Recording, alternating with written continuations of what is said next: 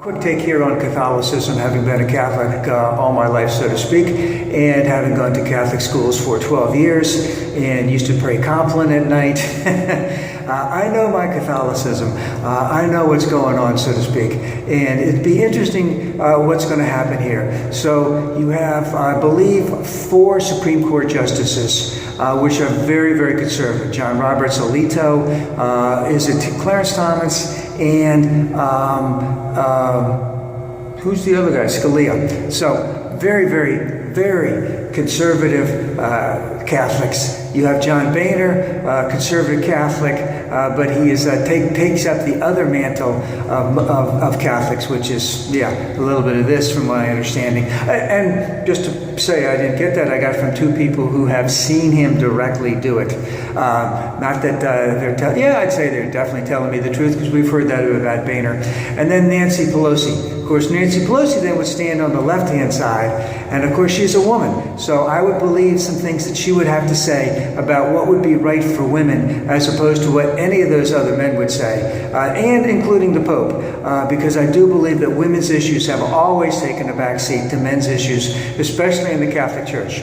Because when we went to Mass back in the day, and my daughters were whatever age they were, under 15, and they're looking up at that stage, the altar, and guess what? They were not invited guests up at that altar. There was no place at that altar for them. So what did that church have to offer them? Oh, they can do all this other stuff. No, but they can't be priests. And guess what?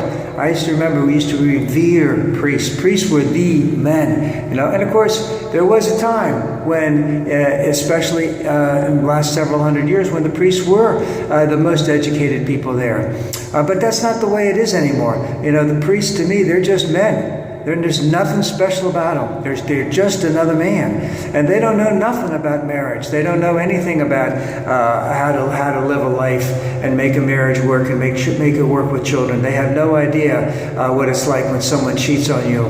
They may have some empathy. I can rest assured that, but they don't have anything like that, and they are poor role models, just in terms of the fact that they don't have the life experiences that people who are married, and all of the things that they have to go through and have to live with, have to deal with. And they don't have to deal with any of the things that a woman has to deal with. What was the thing that was in the paper yesterday or so? That 1 out of every 5 women on a college campus is assaulted in her lifetime, and we know that 1 out of every 3 women in the United States from up to the age of 45 will have had an abortion. And does the Catholic Church reach out to them? Does the Catholic Church, now the Pope has shown a little bit of forgiveness, but how much have they reached out to them in the past? I know the Catholic Church has Project Rachel. I don't know how good or bad it is. I understand it's not quite as good as they like to make it think. And remember, everything in the Catholic Church is based around a man and the priest. You can't get baptized. You can't just do your confession. Of course, now you can give communion, but they had to give that up. So it's all, and the priest has to be the one saying the Mass. It can't be anyone else saying the Mass. It's all revolved around men, and in a lot of ways, the way you look at it for the last several hundred years, it's all been white men from Italy until the one guy got it in 78 or 79, John Paul, so to speak. But it'll be interesting to see if this Pope has any type of lasting effect here in the United States. Will there be an increase in all of the activity to help poor people? Will that increase in helping poor people indicate that Catholics would be willing to, let me throw out an example, be willing to pay $100 more in their taxes, not to go to the Defense Department, but to go to services in terms of preschool education for poor people, food programs for poor people, lunch programs for poor children, after-school education programs for children in high-risk areas, drug treatment programs and not jail for people who have addiction problems in those areas. Would they be willing to do that? Be interesting to see if that would be a good lasting effect. And also, would they be willing to pay, say, $100 more in their taxes per year? And I'm just using that as an example